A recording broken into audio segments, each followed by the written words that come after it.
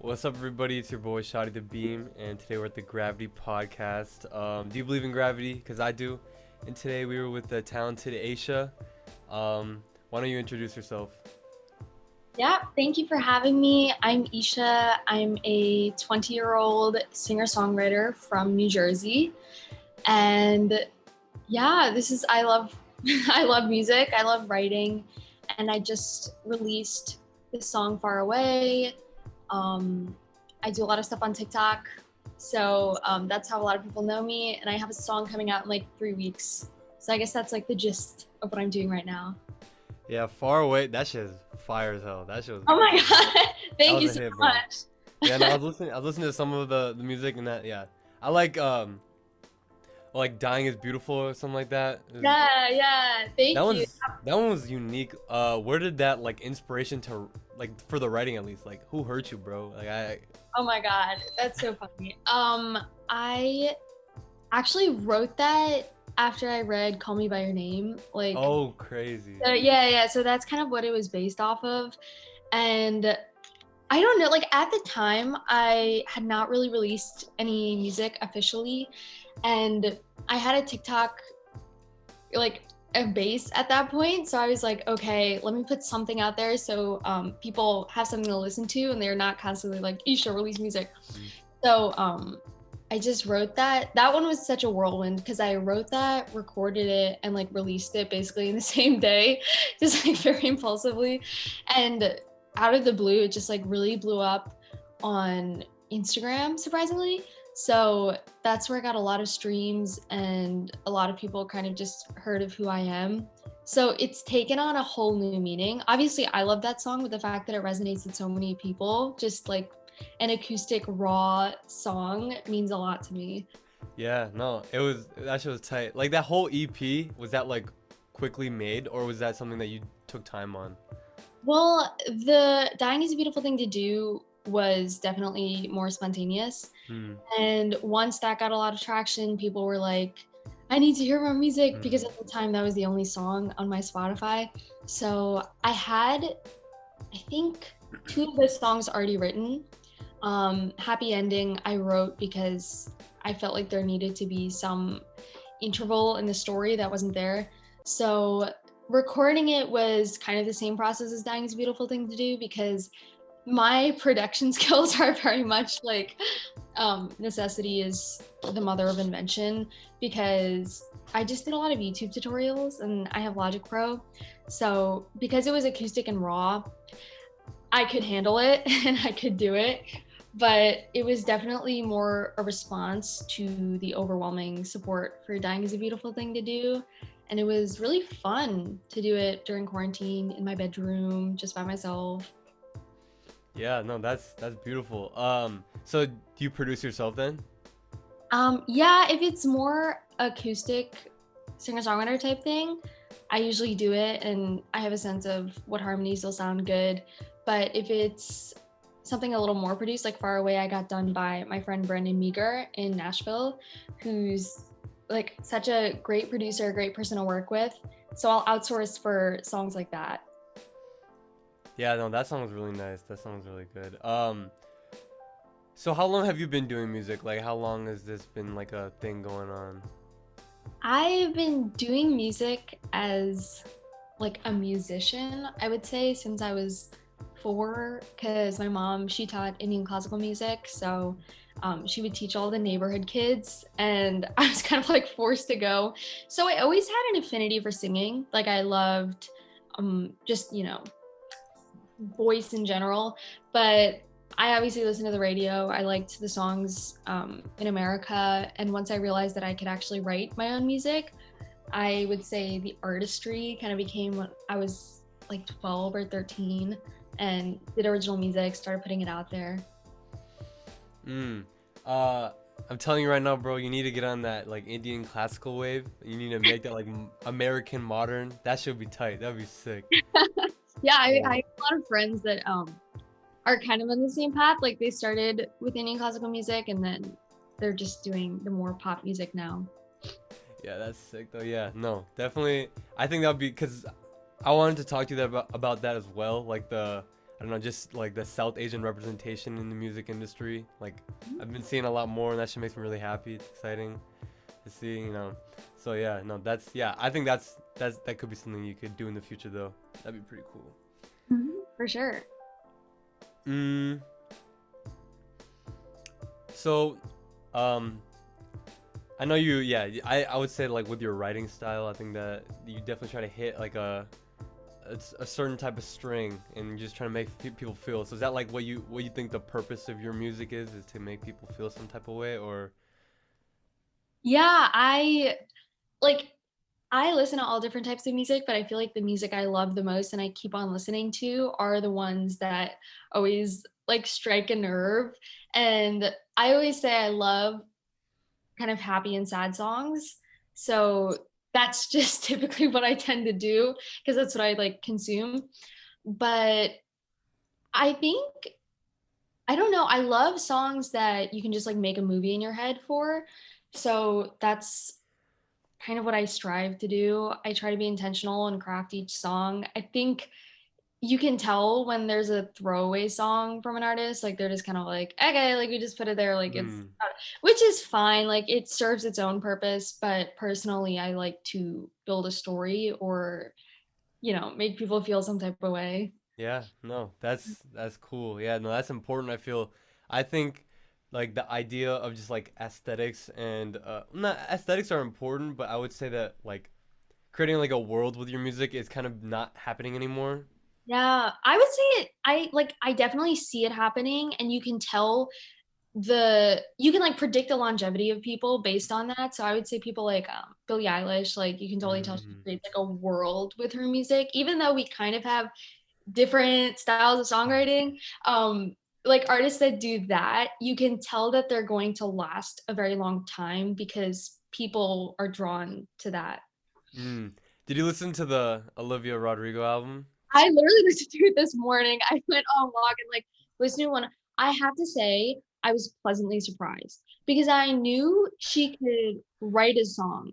But then some of the songs I was like, damn, like I kind of wish I wrote this. And I don't know. I just think she has such emotional intelligence for her age, which is pretty commendable. And the fact that she came from like Disney and is still in that bubble, but you can tell that like once she breaks out, she's just gonna like fucking fly. It's incredible. Yeah, I she really captures that like teen angst, I would Yeah. say. No, and I feel like I wish I was 15 years old right now. Like they're so lucky to have that and gives me faith in like the new generation of stuff. Yeah, that's tight. You know, I completely agree. I'm very interested to see because I'm not gonna lie. When I heard like driver's license, I thought she was like overrated, and so I was like, oh, whatever. And then I'm not gonna lie, when Good for You dropped, that that shit was like actually hit me. I was like, whoa, Yeah. that actually kind of crazy. I've been singing it. No, it's literally like kind of the same thing for me where like I said, like there's always gonna be that wave of like that TikTok song that gets hype. And then Good For You came and I was just singing it all the time. Like every single day I was just singing the chorus around the house. My sister's like, Isha, like shut up. But it's so catchy. What do you on that topic? What do you think makes like a catchy song? Ooh. Well, I definitely think that I'm a melody driven person, although I probably take the longest on lyrics. If the melody is not good, I just don't have any motivation to finish the song because it's just like it's not gonna hit, it's not gonna stick with anyone. So I think her melodies are really good. She has a good sense of like da, da, da, da, da, da. Yeah, I don't know, it's just like really up Yeah. and I think she does a really good job also of even though I'm using her as like a case study because she's kind of relevant right now, but um, something that is universal yet personal and like unique. So with every single song of hers on the EP, what's interesting is that they're almost like they're all about the same relationship, I would say, but it's like every single facet of a breakup, like every single stage. And it doesn't matter like where you are in the breakup, like there's a song that you can relate to on there and like so specific to just that feeling, which I love to do like with Far Away. That was something I was trying to do was capture this uber specific feeling that I'd not heard before. So I think that's what makes a song sticky is where it's like it explains something you couldn't put into words, and the melody's just really good. Mm. Does melody, is that something that just comes to you, or is it something that you've kind of like that you like plan out, or is that something you just kind of like, I don't know. It's a mix of both. I feel like when people try too hard to like theorize everything or like what is the mode? Like blah blah blah. There's a merit to that, but at the same time, so much of it is intuitive and you'll know what feels good. Like when you can't stop singing the melody like in your head, that's when you're like, oh, okay, this is something to latch onto. But I also think I try hard to differentiate like rhythmically even with like the verses and the chorus are like okay Right. range wise the verses are kind of low here so I'm going to try to make the chorus a little bit higher. I think who said it, I don't necessarily take it this into account every single time I write, but I think it's a good guideline of the lowest or the highest note should always be in the chorus, like something that draws you back into the chorus. There's so many rules like that that you could follow, but at the end of the day, um it's really just whatever sticks with you. So yeah, no, actually that's good advice. I'm gonna note that. That's good. Mhm, mhm. But do you think like oh, I was gonna ask, do you like listen to your own music? Is that something you can can you like listen to your own music, or is that something you just like cringe at? I don't know, sometimes. Oh, I totally understand that. It's funny because I love listening to my unreleased songs. Like before they're out there, I listen to them all the time. As soon as it's out there, it's something about like, oh my God, this is so this is such a like bad metaphor. Um, it's kind of like inappropriate to say, but like post nut clarity. Yeah. I'm dead. It's literally like that, where it's like Oh, no true. anticipation and like the hype going up to it. And you're just like, oh my God, yes, yes, yes, yes, yes, yes. Like this song is amazing. I love it. And then it's released and you're like, you're ugly. It's hot in here. Like get out. Like I just don't want that's exactly what it's like where it's and then like a few months later I'll listen to it and I'm like this is like this hits like I like it a lot, but it's literally like that. I can't think of a more apt metaphor, that's why I compare it to that, but that's what it feels like. No, honestly, I think I feel that too. But it's like as well, it like well, because you're independent with your music, right? Yeah. So it's a lot of like preparation. It's like, yeah, like you were saying, you finished that song, I assume, but it's 3 weeks of you just promoting and like doing all that. So it's not fun, but like yeah, once you get that out, then you're like, what's the next thing? Like it's like Yeah. you're done with it. So I definitely feel that, and that's a funny ass metaphor though. That's I think that's pretty accurate. I think too, actually. Mhm.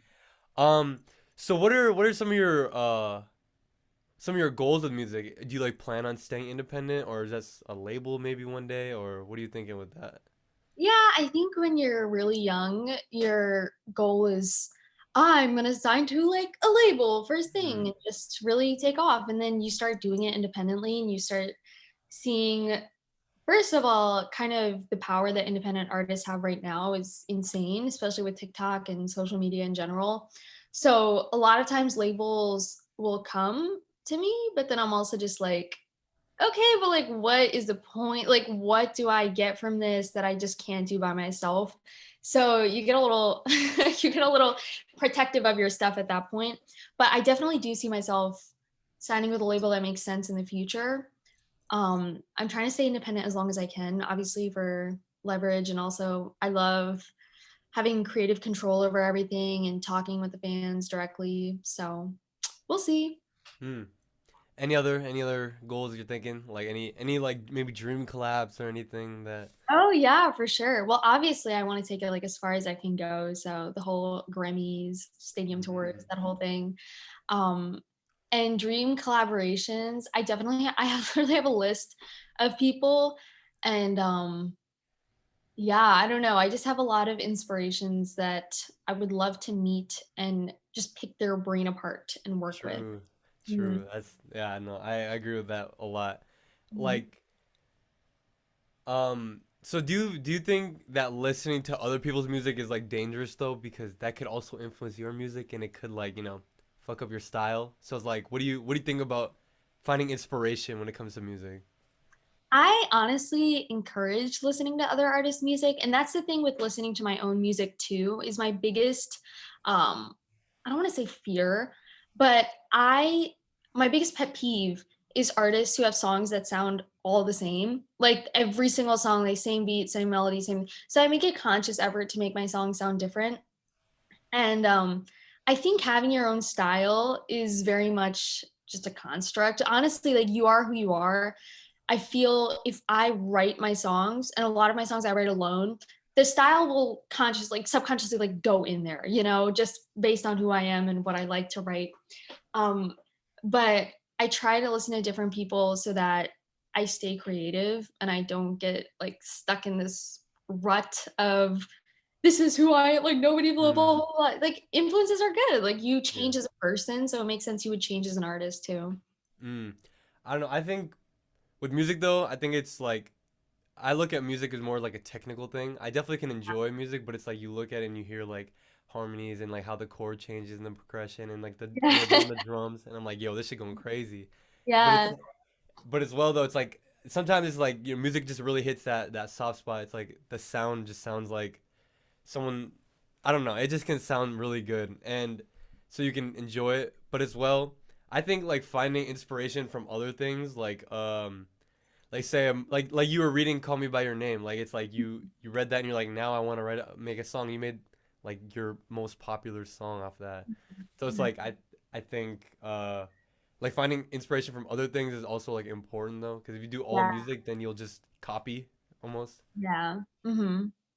I So think I totally agree. And um, yeah, inspiration comes from everywhere and don't limit yourselves. Like, it's good. Mhm.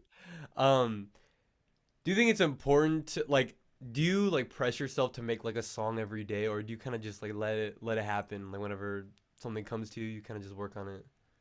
It's honestly a mix, I would say. I think I definitely used to when I was starting out, just whenever I'm inspired, like whenever the bug hits me, which is so unreliable. And also, I don't know, like, but then also I took a gap year in Nashville where I would literally in the beginning write 2, 3 songs a day. And I definitely got burnt out and I wasn't even liking anything I was writing. So it's a matter of finding out what works for you. Me personally, I consider myself a songwriter, and part of being a songwriter is writing songs. Like it's like saying that you're a carpenter, but you're like, oh, whenever I feel like it. Like, no, you're not a Yeah, carpenter. That's a hobby. So there has to be a sense of discipline, but at the same time, just understanding you don't have to write a good song every day. You just have to have the drive and the discipline. And if you call yourself something, then like put the action behind it. truth. These are facts, people. Take notes, take notes. um all right, these are just kind of like some random questions. I just kind of want to hear more about your musical taste, I guess. If you could only listen to one album the rest of your life, what would it be and why? Ooh, this is a great question. I would say either Continuum by John Mayer or Golden Hour by Casey Musgraves. Hmm. Um, okay, let's say Continuum because Golden Hour, she's divorcing her husband, so I feel like that whole album is. I don't know if you've heard the album. Have you heard it? Uh-uh. Okay, that's an album you have to hear. It's just so What is so it good. called? Golden Hour. Okay. It won Album of the Year at the Grammys in like 2018 or so. But she's like a huge influence in the way that I try to make my song sound, I think. Hmm. Um, but Continuum, just a bunch of stellar songs. I would say he's like a master of his craft. And whenever I write a song, I'm like, I want to write a song that could be on that album. Like, that's just the standard of like what I consider such a good song. And then Golden Hour is one of those things where it like takes you into this world and is so unique that yeah, I still to this day have not really heard an album like that. Hmm. Yeah, I don't know. What do you think about like the John Mayer hate? I remember there was like a really hard like hate train for John Mayer, but now people are messing with him again. I don't know. I don't know. Do I you? We'll never. Okay, here's the thing: is like there are different reasons why people hate him. Some Mm. are valid. Like I think he's done stupid things in the past. Mm. Um, Other things, if I post a screenshot of a song and 17 different people send me a screenshot of Dear John, like, yes, I've heard the song. You don't need to tell me again. And also, first of all, it was a relationship from 10 years ago that you were not a part of. You don't know what happened. And I promise you Taylor Swift is doing fine. Like she doesn't give a shit. I don't like it's so that's what frustrates me when it's like people try to derail it into like a relationship and they're both more than just a 2 month relationship. So I feel like just that's just so immature. It makes me angry for him because I'm like, oh my God, you haven't even heard any of his songs. And I'm just such a stan of his that I will like he could run me over and I'd be like, yes, like John, going. So I feel like I'm biased, but I've always loved him. A lot of the hate I just feel like is because he's a weird dude, but I vibe with it. So Mm. Yeah. Yeah, he's really good at guitar too. That man is insane with it. he is one of those artists that you're just like, oh my God. You're because if you're an artist, there are also the people that are just like popular and Mm. like not necessarily like technically proficient, which is Right. fine. It's art, it's subjective. He's somebody who's like both, where it's Mm. like you're so good musician wise, but also artist wise, you have so much to say. So he's like a mix, which is why I love him. Mm. So like on this kind of topic, what do you think about separating art from the artist? Ooh, I've not gotten this question. It's kind of, I think it depends on what they've done. Honestly, like obviously if it's like a federal crime, I am Yeah. like, like maybe I won't. So thankfully, the people that I love have not. That's not true. Uh, I was, I was gonna say like Michael Jackson. Like, what do you Michael think? Jackson. Okay, so it's just so complicated because I think being a child star in general is not a good way to go. Like, I just feel so bad for every single child star because it's like that is you're just bound to end up Crazy. some type of mental illness, some type of like identity crisis. It's like bound to happen. Um, I'm thinking of like with newer musicians. Like I'm a big Lana Del Rey fan. I was on the train when she was like just starting off. Mm. I do think, to be fair, a lot of people just hate on her for fun, like just take things out of context. Other times I'm like, girl, what are you doing? Like it's so hard. It's so hard to try and defend you every single time. So it's just a matter of I don't idolize anyone. I think that's a big thing because the problem is people idolize these human beings and then they do something totally out of their idea of what their character is and then they feel devastated. So even with John Mayer, like I'm a big fan of his music. I don't consider him like a god. Like I wouldn't be like the man is like devoid of any flaws at all. And even with anyone, there's so many celebrities and fandoms where I'm like, you don't know them. Like you know their music, but you don't know who they are. So yeah, I would just say don't idolize anyone. Like anyone.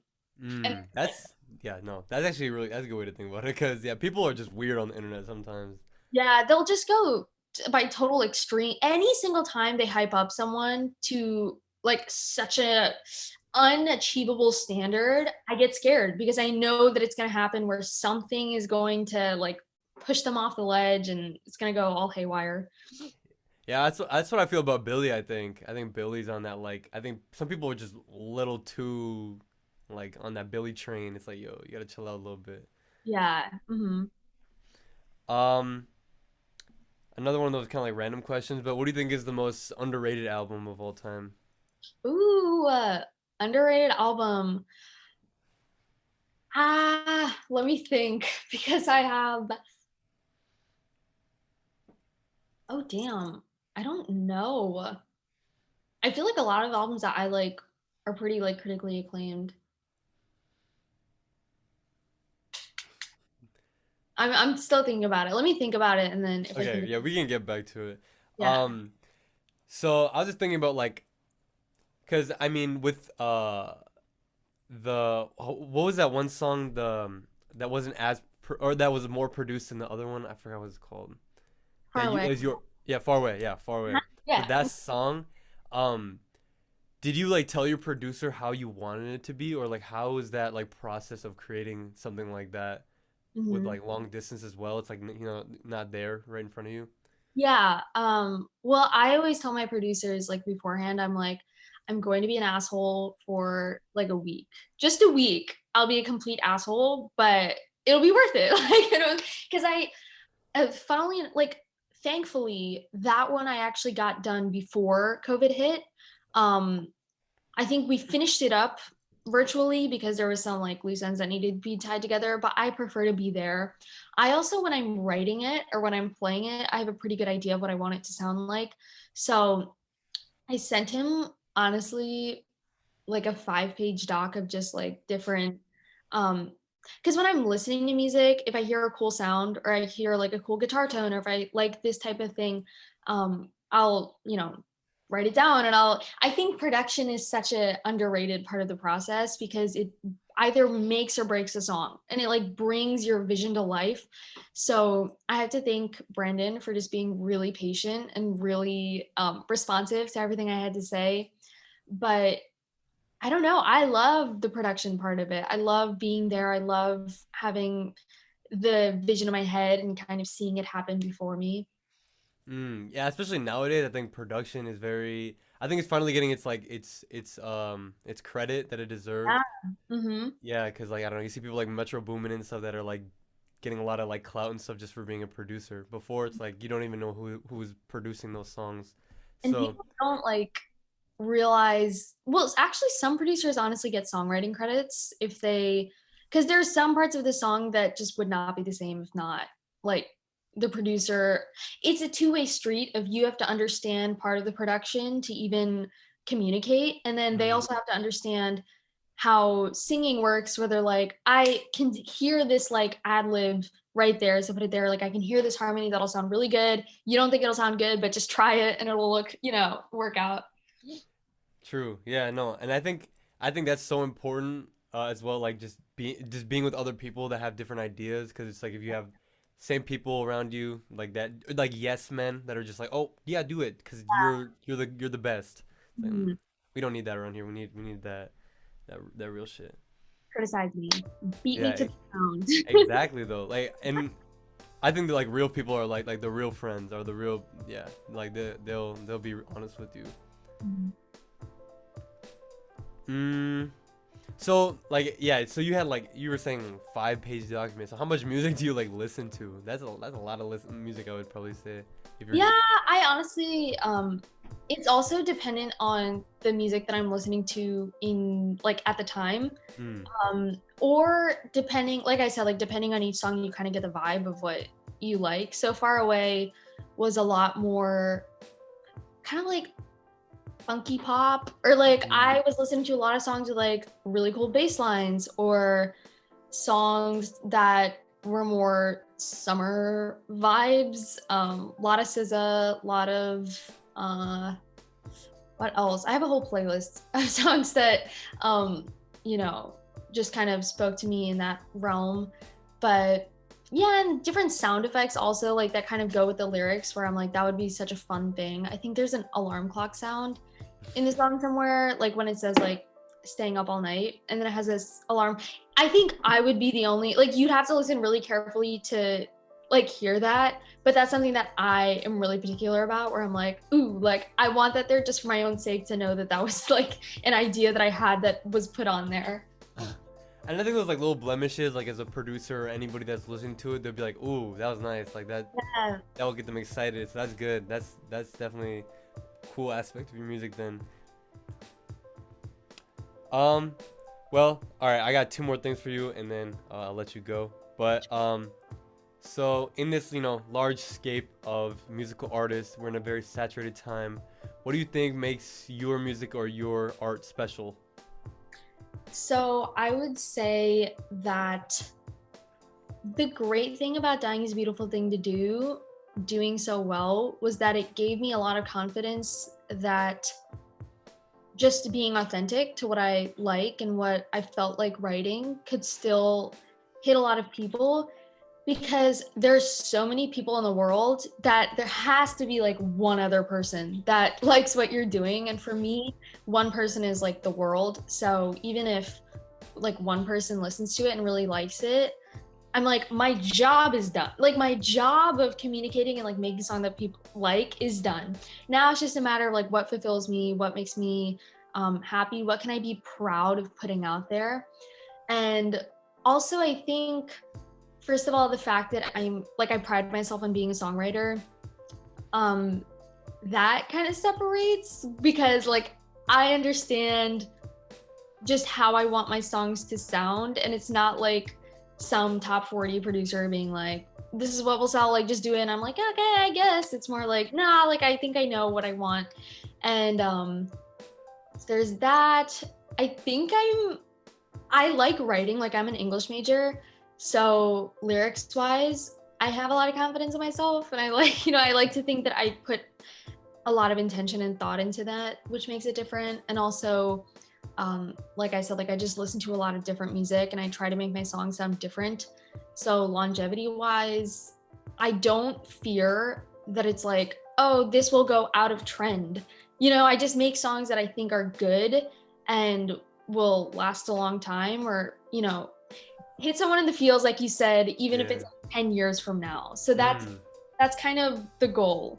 That's cool. Yeah, no, and I don't know if you've noticed this as well though. It's like people in like the 70s were making music, and I'm sure they had no intention of these kids in like 2020, like, or 2021 listening to this music. So because it's there's just just so much accessibility now, especially with TikTok. Like, or what is that song that like Iris by the Goo Goo Dolls? Like, I love that song. And then people, I was so happy when I was like trending on TikTok, and then there were those kids that were like, oh, I was the only one that knew this song. Like, I can't believe that all the locals are hearing. I'm like, girl, it has like 180 million plays on Spotify. Like, I promise you, you are not the discoverer of the Goo Goo Dolls. So I don't know. I'm happy when that happens. definitely. And anything else you wanna tell the people before we wrap this up, like promoting or anything? Ooh, I think promotion wise, I'm coming out with a song in 3 weeks. It was like the first song that kind of blew up on TikTok for me, so it has a lot of hold on my heart. And thank you for listening. Thank you for supporting independent artists. It means a lot, and I don't think people realize how much power they have over not only someone's career, but just the entire industry. So don't downplay your power as like a listener, and like listen to what you like. Stay creative, keep growing, and yeah, thanks. Yay, thank you.